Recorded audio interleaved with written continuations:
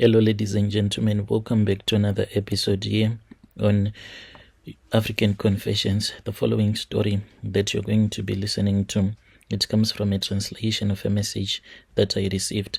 The translation, it reads like this. Hello, how are you? Can you please post my own story? Is hidden identity. You can call me Temba, not his real name. If you are listening to this, you would probably think that you are ready for the truth. But most of the people out there, they are living in a bubble. Those that are judgmental, it is because maybe they are born in a good country with a well-functioning economy. Just picture your life. You go to school, you do not pay anything, and then you go to university, your government assists you, then you get a job, and after that you get your first car, your house, you get married. That is the life that each and every human being is supposed to live, that we all deserve, but we are born into different circumstances. I guess that it was a little bit of oversight from God, because maybe when you are about to get born, maybe God was supposed to ask you a couple of questions. Where do you want to be born? In which country? What type of a color of the skin do you choose? Do you want to be beautiful? Do you want to be a man? Or do you want to be a woman? It is just me thinking out aloud because of the circumstances. So I was born in a very poor family, in a poor village, also coming from a very poor country. And then I went to school, and when I went to school, even though I was really bright in school and intelligent, but still that did not change anything, because no matter how intelligent you are, some of us, we do come from the parts of the world whereby there is no government assistance whatsoever. We were just hustling and trying to survive. So I started working at this other taxi rank, and then when I was working at that taxi rank, I said that this life, it is just too much for me.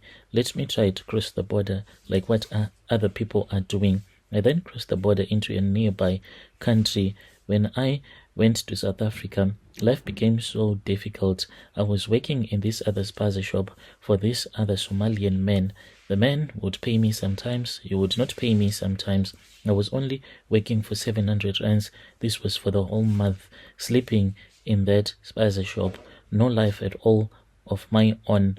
And then when I would see the police driving around the location, I had to go into hiding, usually in the toilet, until they were done. There was this other South African woman whom we were working with. She would be the one that would be selling at that time when I would be hiding from the police. Then it was just a life that was really difficult. I found myself questioning a lot of things in this world, and then I chose to return back home with nothing. I had nothing because of the money that I was working for. The problem is that when you go to South Africa, back home, people, they expect that you are going to make it big. In that country as well, you cannot get a job, a proper job, a real job, the one that can change your life. You cannot get that type of a job because you might not be having proper papers. So you start to survive on some jobs that no one even wants, those ones that do not even pay at all, like the type of a job that I was doing.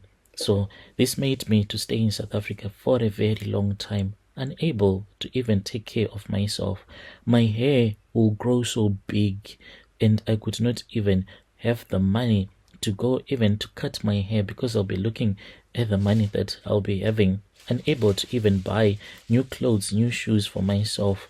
I said, let me return back home. This was after my auntie had died. So my mom called me and she said, until when? Because my uncle had passed away, and I had given an excuse saying that I was unable to come to back home for the funeral because I did not have money. Years went by. I was still in South Africa. My mom then said, you need to come back, because what will happen is that when your father dies, then no one is going to assist me. You are there in South Africa. Yes, you do send us, but not each and every month. If you are struggling, return back home, my son.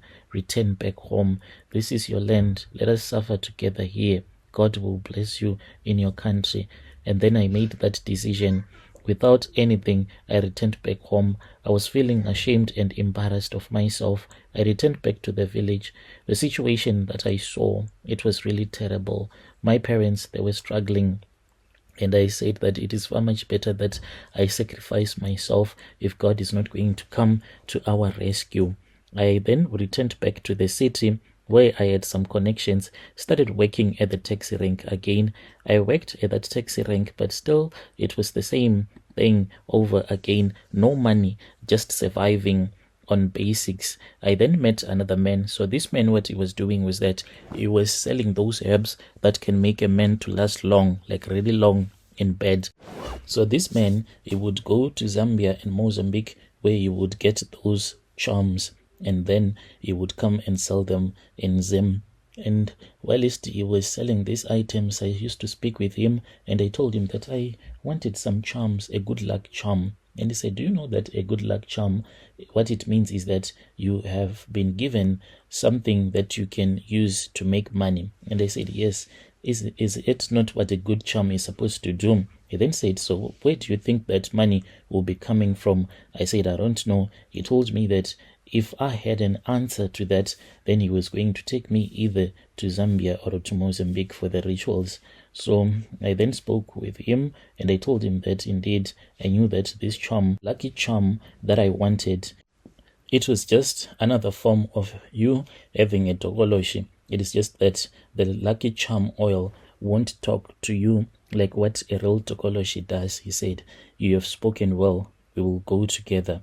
We then went to Mozambique. The situation that I saw in Mozambique, my brother, there are people out there who think that there are less people who are doing this money making rituals. But what I saw is that the young ones, they are the ones now that are heavily involved in these money making rituals.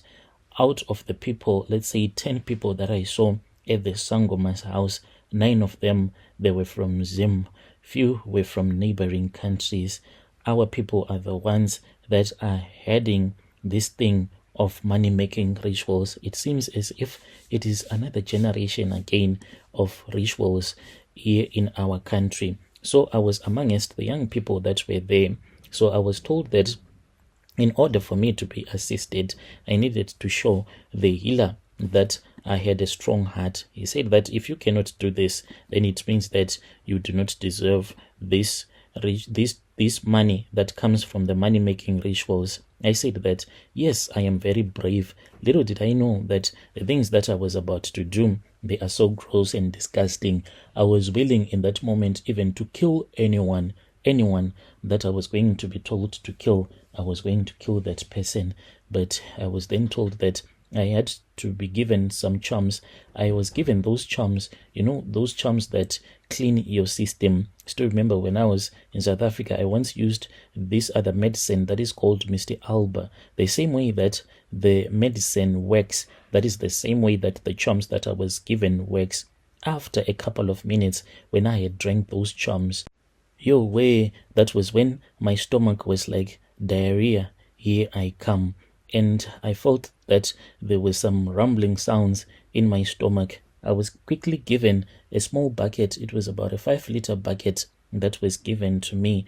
And then I was told that I had to do the poop inside that small bucket. I did. It was a lot. I do not want to lie to you. A lot of the poop that I did. And it was that one that is watery when you have diarrhea. When I was done, I said, what is next? What am I supposed to do? I was told that the next stage was to prove. I had to prove to the Sangoma that I was brave enough. I was taken to another room, a very clean room. It had a wooden chair and a small wooden table and a wooden cup. I was supposed to sit on that wooden chair, place the small bucket with the feces on top of the wooden table, and start pouring bit by bit as if I was drinking traditional beer into that wooden cup. It was not a nice thing to do. No, it was not. I heard that in the other room there was another woman. I immediately recognized her voice. She was there, a very beautiful woman from our country. So she told me that she had a small business where she sells second-hand clothes that she gets from Zambia or even from Tanzania through some clothing runners in Mozambique. So she wanted to strengthen her business as a single mother. She said that she was depending on her business, so she was trying to make to have herself a guarantee in her business. She was also drinking, eating her own feces in the next room. She was crying. She kept on saying, why am I doing this? Why am I doing this?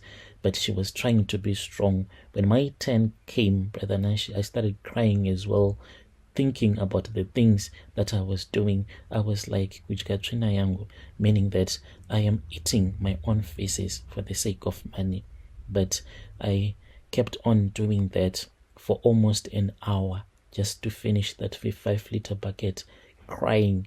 I cried in that room until I was done, and then I was taken to that same traditional healer who gave me some herbs so that I won't vomit. Otherwise, the process was going to start all over again. The whole rituals were done whilst I was crying.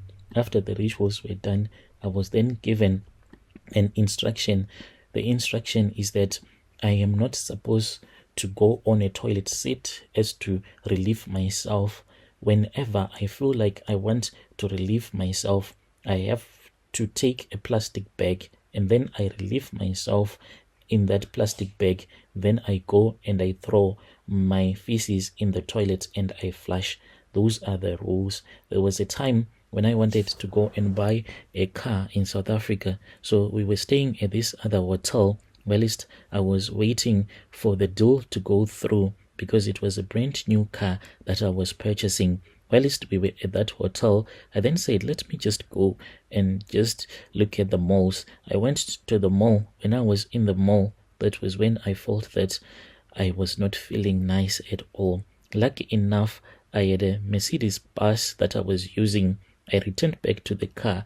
I took that plastic bag and I went at the back. When I saw that no one was able to see me properly since it was tinted, at that mall in the parking lot, that was where I removed my trousers and my undergarments and I did the feces directly into that plastic bag. I had placed it on top of the seat, and after I was done, it was like a mission. I walked from the car. I had a spray with me, so I was busy spraying myself when I was walking because I did not want people to notice the smell of the feces. Used the elevator and ran to the toilet where I just poured the feces into that toilet, and I took the plastic bag and I threw it in the dustbin, and then I flushed everything and I returned back to just walking around the mall. I won't lie, it is not an easy thing to do. I am not supposed to sit on the toilet to relieve myself. Sometimes I ask myself, like, what will happen if it ever happens that I have an accident or I get so sick so much that I'll be admitted in the hospital? What will I tell my relatives? How will they take it when they know that I am not supposed to do poop in the toilet but in a plastic bag? Dear listeners, right there was a message that was sent to me by one of our brother. That was the translation of the message that he sent to us. Strange things indeed, they do happen in this world. Yo.